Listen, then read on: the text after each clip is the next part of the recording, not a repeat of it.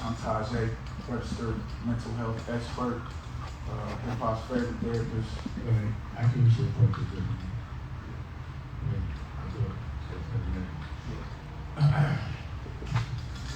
So, it's been a minute, after the end of the world, or the COVID thing, I wasn't able to get in front of you and do any therapy for a while. But we've all been very busy. And, because of NFT stuff, and she was telling me about someone that had the same birthday as me. You have the same birthday, yeah? Which is crazy. And she was telling me what he did, and it was something that was related to therapy. And I thought it was very similar to what we were doing. Right. And I think he was taking it to another level. So I'm gonna let him introduce himself, and I wanted to open this dialogue and get back into that groove and that momentum of making sure that we speak publicly, because healing is gangster. So, you want to introduce yourself? Not a doubt. Thanks for having me. My name is Kendall, Jasper. One half of Doc and the Dude. My younger brother, Dr. Kendall Jasper, is my partner and clinical director of a.r.j and Jasper Psychological. So a.r.j kess stands for acceptance, responsibility, and juggling. Jasper Psychological is an adjacent arm to that. And we have 10 facilities across 4 different states. And crosses from inpatient therapy, outpatient, in-home, intensive in-home, substance abuse, redirection, reentry, all kinds of stuff. So you're like a one-stop shop. Yes. You feel like recovery. Absolutely. That's good. But with a main full family service, but main focus on our Right. situations, our way. Right. It's definitely different from the norm of psychology. Without a doubt, all the way. That was the full intention. Yeah. Full intention. Well, as soon as I heard that, I was like, I gotta call you. Because one of the issues about therapy amongst our culture is because none of our culture gets therapy. The study of therapy doesn't come from our culture. Right. So when someone from our culture gets therapy, sometimes it's not the right therapy, most of the time. And, he was speaking that language that you were speaking, the one that I understand. And again, taking it to another level, so I thought it was important to showcase that. And of course, his brother's a doctor, that means his brother's black. Yeah. He's going through certain things that seem similar to what a lot of us have gone through. And to come out in this place, I just think it's important to showcase why therapy is important amongst people that have been through some real shit. So what made you get into this therapy game? Well, the truth of the matter is this. I was on a different path. I was actually trying to find my way back into legitimate society by making a couple of moral errors myself early on. And I started doing that. Business was great. I got into the marketing industry, went back to school, finished up. But my youngest brother, he's a clinical psychologist, and that was his path. First we were both athletes, and athletes, we have one-dimensional mindsets. When we think we're going on trajectory, go to NBA and all that stuff, we have one particular mindset, and when that don't work, other things open up. And when it seemed like it wasn't working for me, it was another big game going on. So, the late 80s really wasn't a precedent for what we was about to face. So when he went on his path, he was a doctor. He was in medical school. He was in the PhD program, and he was working for the biggest hospital in North Carolina. And every time somebody black or a person of color had an episode or somebody dangerous, what they always would do is call him, and then they put him on the people, he'd get him back settled, do it his way, and then they send the person back to the circumstances that got him there in the first place. So he got tired of that. And he was like, he came to me and he said, "Oh, bro, I think we can do this ourselves." And I'm like, we. He was like, "Well, you need some money, but this is how it has to go for us to take control of the situation. And it's a tough path to get there because you have to be so financially independent and capable. Because even to start your own thing, you got to have 6 months of payroll, liquid. Yeah. You know what I'm saying? And then you have to own the facilities. You got to set it up. So a lot of us don't have that 6 months ahead of time is a lot. That's a lot. That's some boss. That's boss. What year was this again that y'all started? This was 14 years ago, so 15 years ago now. It's like 2006. Okay. So a lot of this you were talking about was like curriculum, and what makes your curriculum different than most.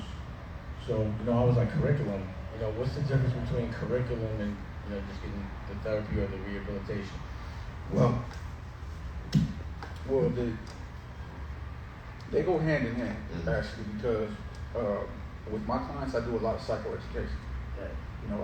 Not only do I tell them necessarily what's going on or help them discover what's going on within themselves, I also educate them about the environment. Right. You know what I mean? Because like you said, when you leave out the environment, that's a critical part of therapy. It's like when you have people that like come out of being locked up and you send them to the same environment that got them locked up in the first place with no resources. Right. The chances of relapse are going to be very high.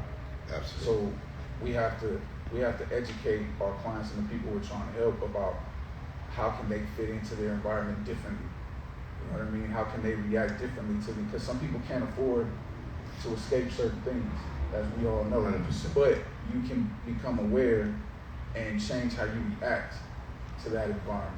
You get what I'm saying? So they go hand in hand. So there is really no separation between the education and the therapy besides the actual execution of the therapy itself. And the implementation to it. So the curriculum is the plan you're laying out for that particular person or group of people. Right now, you got to look at all things and consider. You got to look at region. Just not just, like you said, you're from Harlem. And Harlem is a different culture than Brooklyn.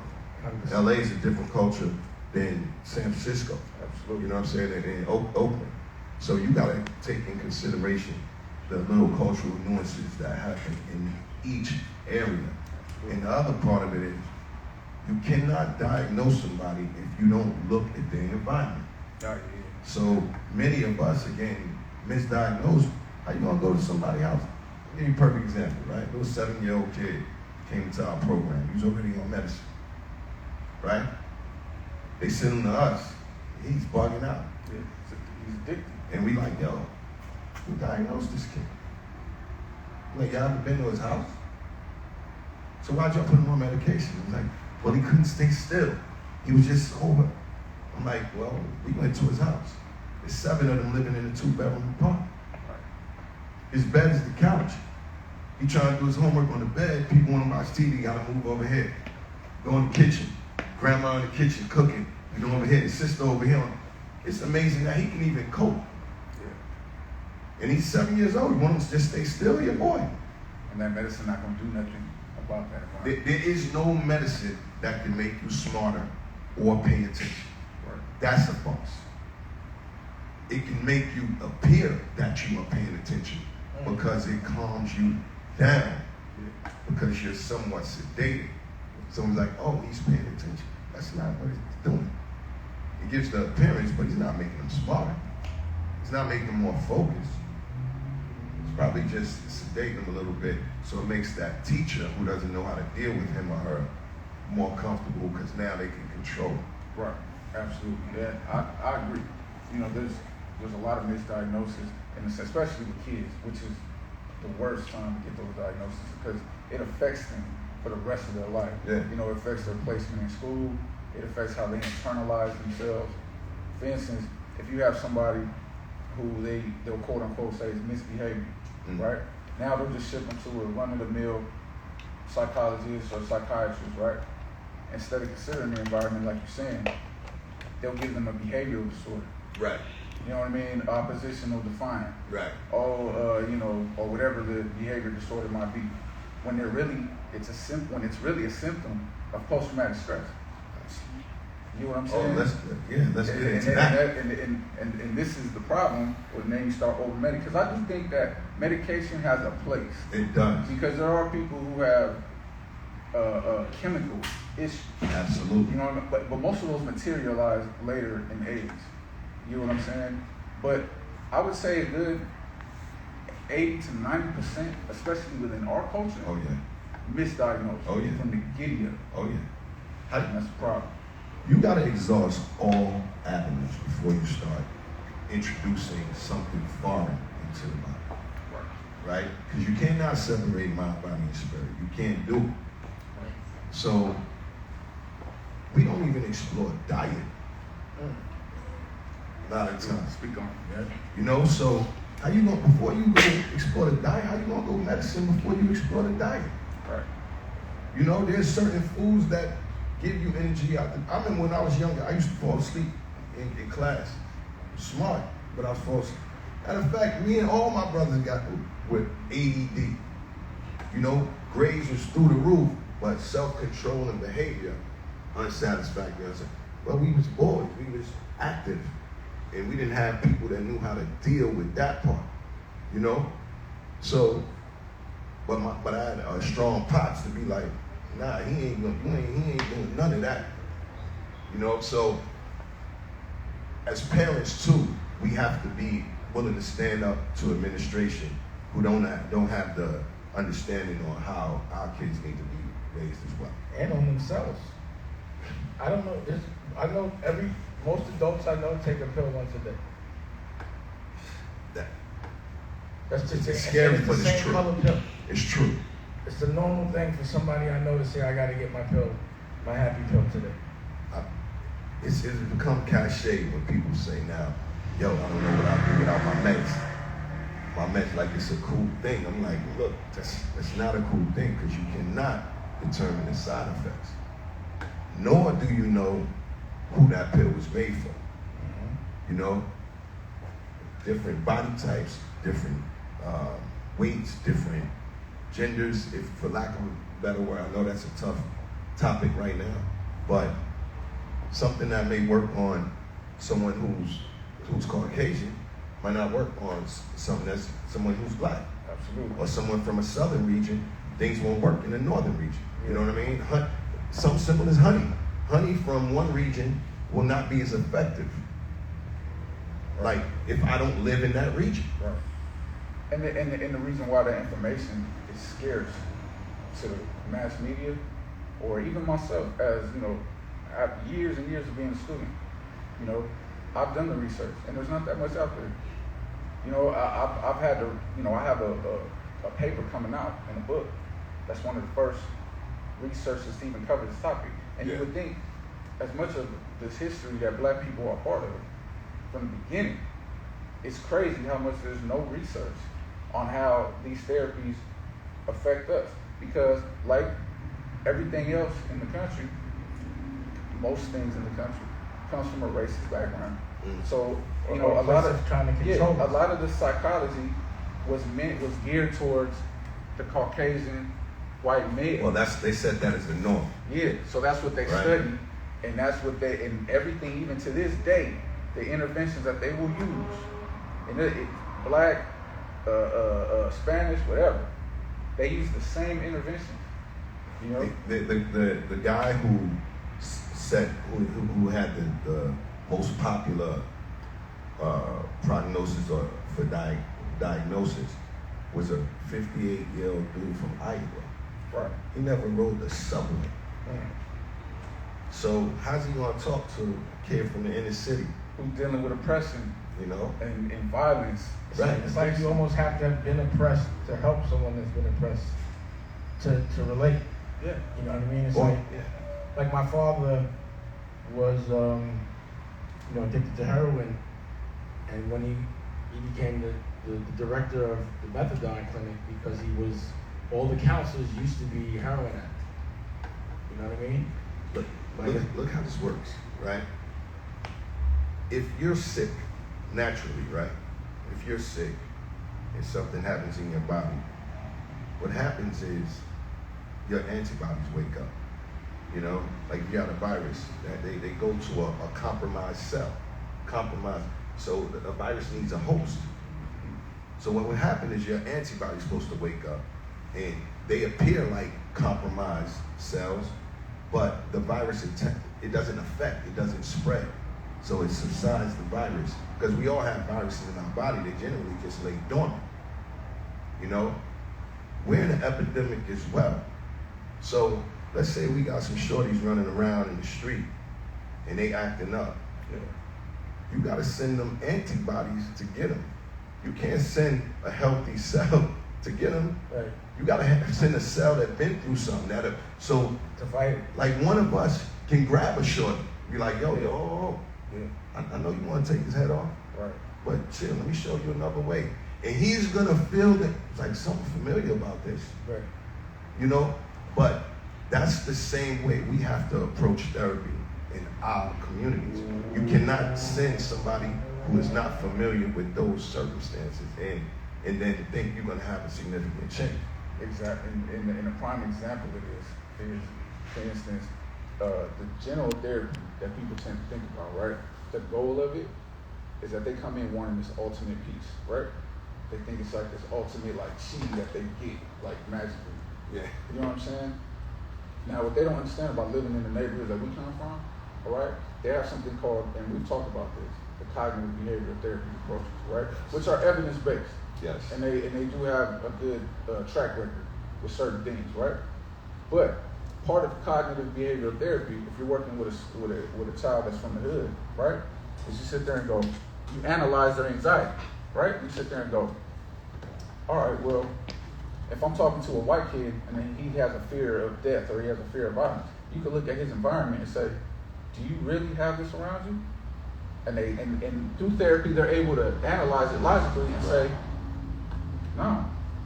So what am I tripping about? So then that starts the therapy of them getting out of their anxiety because they're able to look around them and say, well, what am I worried about? Mm-hmm. I'm fine. You know what I'm saying? Mm-hmm. Even the ones that come back from the army, mm-hmm. they come back to their environments that aren't plagued with these problems. Now you talk to a kid that comes from the hood, and you sit there and he logically analyzes his environment, like we have, like I've had to.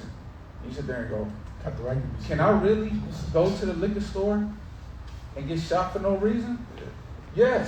Yes, you can. Yeah. So they have yet to find this balance because there is no research on our people about this, about the balance between being hypervigilant but also ready for the bullshit. Absolutely. And that's something that we have that's unique to our culture because that exists, not just with our own. We've had, look at what's going on with the police.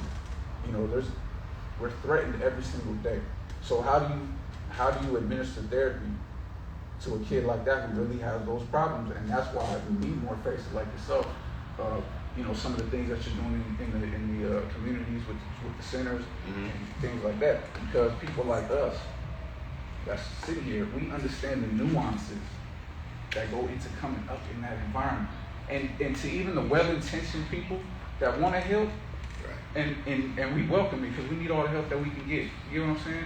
But if they don't come from that environment, it's hard to understand what that is. 100%. You know what I'm saying? And as you spoke about curriculums earlier. Right. We need tiered curriculums. We need curriculums that are for parents. We need curriculums for relatives. Full family services. Right. To show what stage you need to deal and meet somebody. You know, I was fortunate because obviously my brother is a doctor and I've seen it work early on because I was skeptical. Everybody used to tell me, yo, you need a therapist. I'm like, yeah, I'm not doing it. But I watched my brother transform people. And when you get involved in something, your money and your time is invested, you get close to it. So you gotta really invest in it yourself. Yeah. You know, so I see him show up with his Jordans on, his hat on backwards. I've seen dudes come in, especially the young adolescent teenagers, you know, because even in prison, that's some of the wildest wings you ever gonna see, them adolescent wings. Yeah. They come in, they don't want to talk. You know they don't want to talk. They here because they mandated to be here. So they sitting in there, they might see my brother, they might see me. You ain't talking, we ain't talking. And then little stuff come out. Yo, what you doing here? I'm just waiting for this doctor to come, see what he about. Yeah. You know, maybe you put on some music. We all like the same type of shit. Right. You know what I'm saying? And you be like, yo, what you know about this doctor? You know, I seen the kids say, what you know about this doctor? My brother like, I heard he cool, you know? I was saying, but I seen the systemic breakdown, you know what I mean? Yeah, that's that rapport, that's that therapy bond. Yeah, absolutely. And another thing, we need to treat the household. You can't treat just the individual.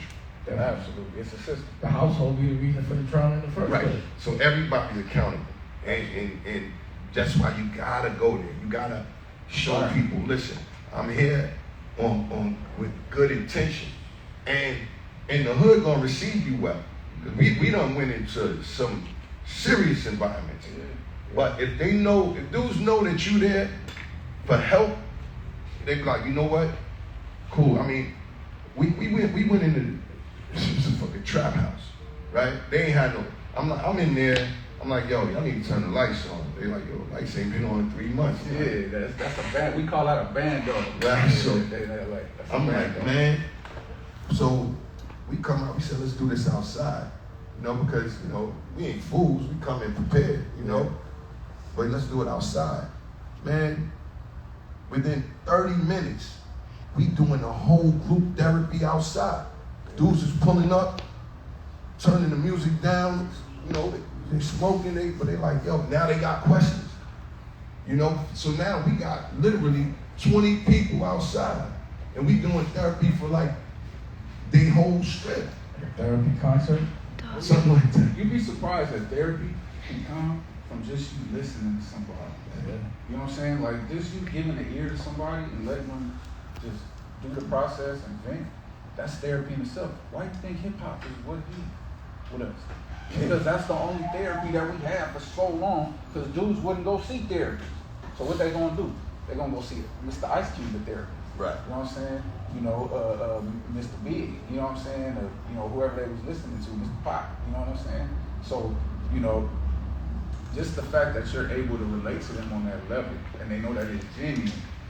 That's therapy within itself. Yeah, that's 75% of the way there. Yeah. That's 75% of the way there. Like, just even this platform, right? So like, they ain't bringing this type of energy forward. Changes things dramatically. Because there's a certain kind of person that looks at him in a way to say, now, all right, I respect that kind of gangster. Right. So, okay, healing is, all right, I gotta listen. You know what I'm saying? I done listen to, either directly or indirectly, I listen to some of his instruction anyway, you know, from mid-90s? You know what I'm saying? Right. You hearing it, it's whatever has access to the brain gonna control the brain. So a lot of the shit you heard, he's woven all in between that. So why not listen to this? So when you say, yo, I want to shine a light on this and give it some exposure, that means everything. Because we need real, qualified, credible people talking about something so serious. Some of the people talking about it right now, I appreciate the awareness, but you gotta bring qualified people to discuss these issues. Absolutely, I agree 100%. You gotta make it cool. Yeah. Like, for me,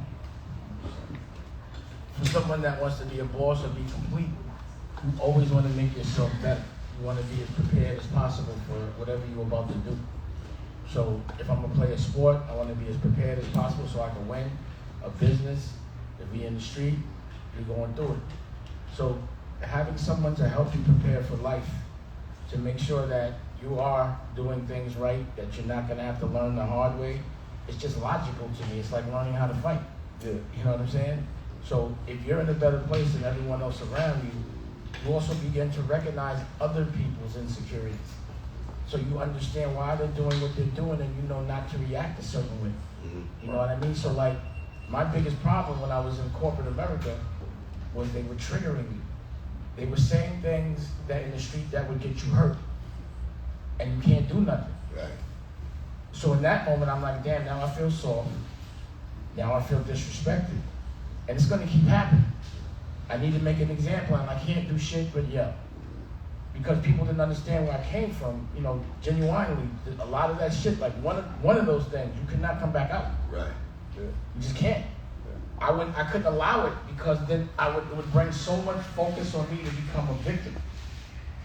So just learning how to deal with that, it came with someone else helping me objectively that didn't have a dog in the fight, that had been through it some way, shape, or form, to explain to me, I know how that feels.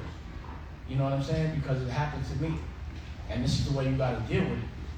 You know what I mean? It'd be like, certain people would disrespect me, and I'd be like, I couldn't deal with it. I'd talk to my OGs, and they'd be like, if it was one of us, it should bother me. Because we are conscious. This person they're not built like that, so it can't bother you. They have no idea.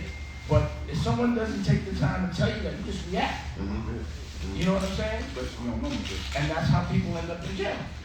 Certain victims be like, they didn't even know they could get it like that for doing that.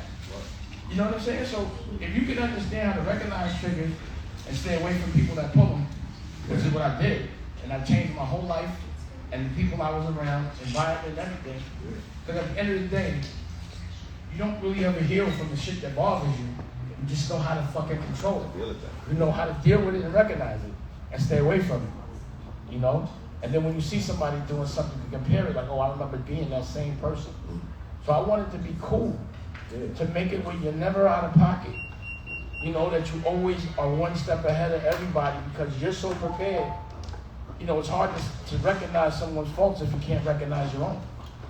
You understand what I'm saying? Conflict resolution is a big deal, especially with our communities. You say the word disrespect. That shit is the most common word in any conflict. You saw the Floyd shit? Yeah. That was a clear example that dude doesn't know how disrespectful that Right. was. But, You know what I'm saying? but It's what just if, a hat. What if I told you? What if I told you that no one can ever disrespect you?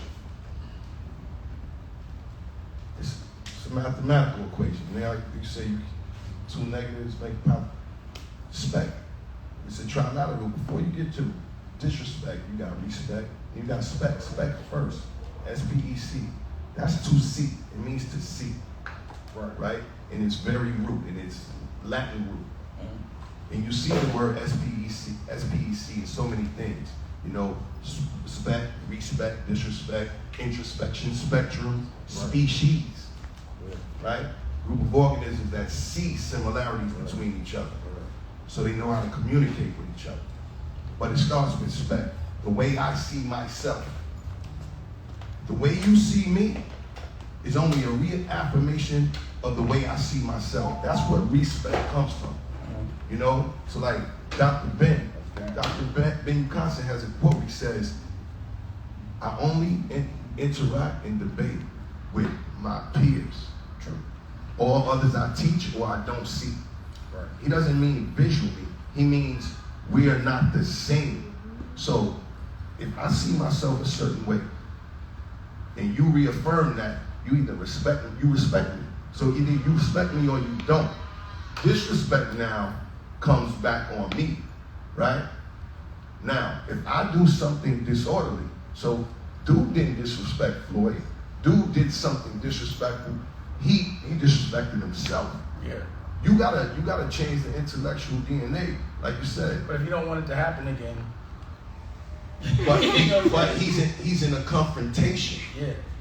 So it could happen. But also, like, if you get somebody with some work or give them something to sell, and they don't give you your money back, and they continue to walk around with money, that's disrespect. Oh, he didn't respect you. Right. It just means he didn't respect you. Not disrespect. No. It just doesn't respect. He just doesn't respect you. All right. Now, it shouldn't be disrespect. It's they don't respect. Right. Now, if you don't do something to address it, now I'm disrespecting myself. Absolutely.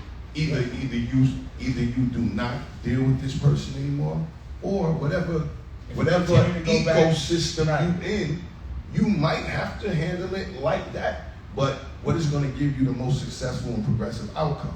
Well, see, that's what it's about. It's picking the adaptive choice not the maladaptive choice. Absolutely. And that comes from the patience and the awareness to breathe and sit there and go, all right, because you're disrespecting yourself if you make the bad decision. Now you're putting yourself in a reckless situation. Right. That compromise your freedom and your fun. Yeah, and that's the part of the lesson that they don't want you to learn. That's I'm right. glad you brought that up. That's right. That's some big game right there that you speak. So I'm gonna go ahead and let you keep speaking. Well, I mean, it's fairly simple when you see certain things. Like when you see a dude die over $3 on a dice game, you know, and you like, damn, I just saw this dude yesterday, and homie let him have it because of that, you know, and but yo, you disrespected me. I'm like, whoa, what's the cost of that? What's the cost evaluation of that? That's the part of when you're in corporate America, you gotta be like, there's nothing you can do. And you know what's the cold game about it? Because you said something very interesting. You said, and all of us said that a lot of times they don't know, but the problem is they do know. They do know. And this is the thing, because remember, they the ones that put the whole shit in. They want you to react. They want you to react like that, so they do know. That's you playing against a smart enemy. Absolutely. You know what I'm saying? And we have to smarten up. Well, that's how culturally we're controlled. Yeah. Because again, like we were talking about before, at the end of the day, we're real easy to feel disrespected amongst each other and hurt each other, but we'll never do nothing to them. Won't touch them, give them a pass, be scared of them, and speak to them with a certain amount of respect, even though we know they're oppressing us. But that's because we have to have a self-awareness of who we are, you know what I mean? Yeah. And be comfortable with that.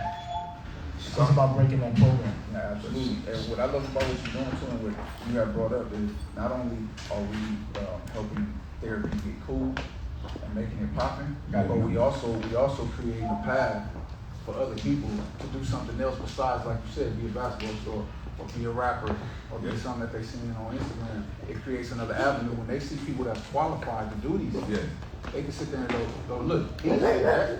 I can go get qualified too and go help my homies in the hood. I want to build on something that Dane talks about a lot.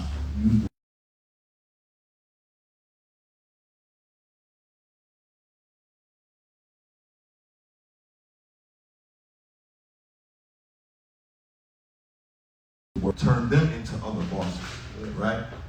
That comes with a certain kind of tenacity and intellectual DNA as well, certain kind of focus, and it might be non-traditional. So we gotta, as far as controlling, you know, the environment, the rooms in corporate America, I face it all the time.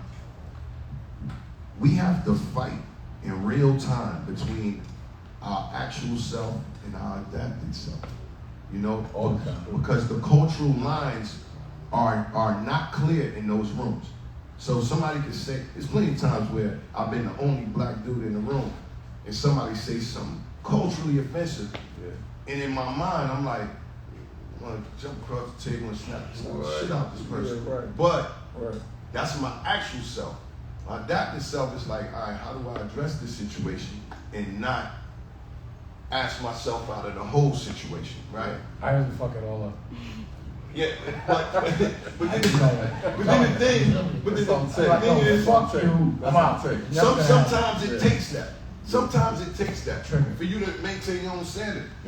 Now with these other people, I have to internalize that. You know, and I'm like, how many times do I subject myself to this? Right. Now that's the insanity, right? Yeah. So what do? You create your own situations. Exactly. And But that's exactly why I left that business. I see. I was like, yo, it's never gonna stop. I deserve what I get if I know what I'm walking into.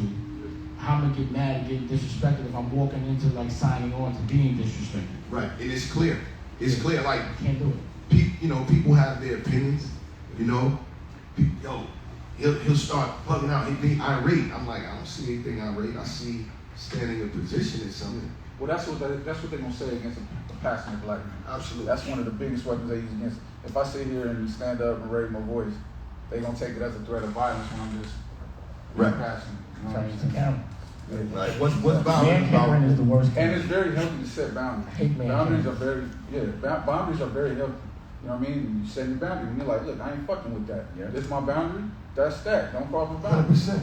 100%. Like, dude, you ever see conversation.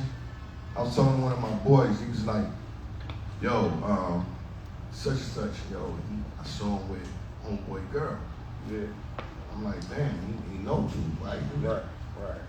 He's like, yo, so when we saw the cap, he's like, yo, why you do that, man? He was like, yo, saying we was hanging out, we was at the bar, whatever, you know what I'm saying, and one thing led to another. I said, how one thing led to another? I said, you know how? Because you don't have no boundaries. Yeah. You don't have zero boundaries established. Right. So one thing can lead to another because you don't have that. Okay. You know? And so you're dealing with somebody or people or a group or a mind process, a thought process that has no boundaries, then you have to look at yourself and say, damn, what did I put myself into? 100%. And you got to remove yourself from it. Because at that point, you got to look at yourself and say, like you said, what did I do to get in this situation? In your case, you say, you know what? I'm signing on to this. Sign on to So what I'm you doing want it to to get mad myself at. at that point. It's like saying I'm gonna be a boxer and get mad when you get punched in the face. Right. So you gotta hit back. You know. And and you think it's a simple concept, but that simple concept is not there most of the time when dudes is getting killed. You know, like you said, $3 dice game, Yeah. or you know, girls, like you said, Or a tweet. Yeah, Or a comment on Instagram. You dudes is like, and Traumatized. this social media is the number one source of investigation for law enforcement right now. Number one source. And dudes and people constantly are crossing lines on this. Like, it's amazing to see, like, especially young people, like in New York, youth arraignments are on Saturday. You drive past 100 Center Street or Central Bookings down in Brooklyn on a Saturday morning, the line look like Disney World. That's how long the line is. Young people that look like us. Hell, Central Booking, bro.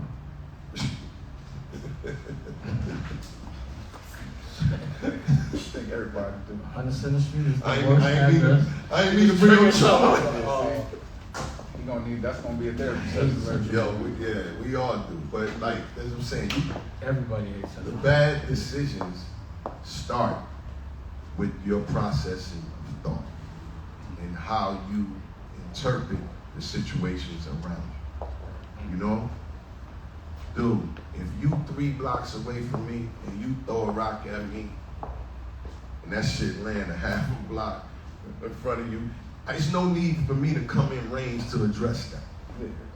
Right? You already know dudes is throwing rocks over there. Why you walking in range? Don't go over there. You like, create your own path. Same thing. Throw something on. And we talking about a lot of dudes. There's ladies present too.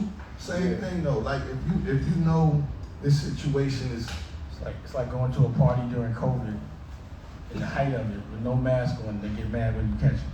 right. Which was a lot of people. Right. Right. And that's the way the world works. How long we been on? 41 minutes. All right, so let's, I feel like this conversation needs to be continued. I would definitely like to understand and see the work that you're doing in real time, what it looks like to have 10 facilities. And as an entrepreneur, how do you even go about doing that, which is a longer conversation. And, what I really like is like, it seems like it's not like a business to you, it's a lifestyle. You're really in there doing these things. And I would like to see what that looks like and showcase that as well, just to lead by example, and that energy can be contagious. Right. So let's definitely pick up another conversation. We can keep this going, turn this into something else, but it is important, Even if you can get some footage from we have. doing all that. And now we're gonna talk it out. I know I know your brain's going and all of that, because again, it is important and it's really happening. Yeah. So, it's like when you put a certain energy out, it comes to you, and right now when the way things are aligning, this has been our agenda, and like I said, he's speaking the exact same language, and then the people that are like putting us all together, it just all makes sense. And I love watching how the universe works. So I appreciate it. You want to tell them where they can see you? Or get with you about? Absolutely. You can see us on IG at DocNdaDude, DocNdaDude, and then Kanan _Jasper. It's KAINON_JASPER. And currently we're reintroducing our podcast. Well, it's not just a podcast, it's a podcast, but that work that you talk about, I'm sitting around and chopping it up, it's cool. But you have to add the component of showing what's happening. Absolutely. So we got two. It's called Off the Rails, and the segment within that is called Unapologetic. All right. So which we go to every major city. We sit down with everybody. We bring every level into the room, whether it be politician, preacher, criminal, ex-criminal, great student, mothers, fathers. Everybody got to be a part of this, and like I said, we all got to be accountable. So we can't be afraid of any environment, and we got to understand where the professional guidance is going to come from. Everyone can help, but the preacher is not your therapist. He's there for your spiritual support, whatever. When there's something going on in your mind, Go see a doctor about your mind. Start with a psychologist, not a psychiatrist, right. Because a medical doctor's agenda is to probably medicate you with something symptomatic. They most of them gonna look at you for 5 Right, minutes, 5 minutes, and give you a prescription that's gonna make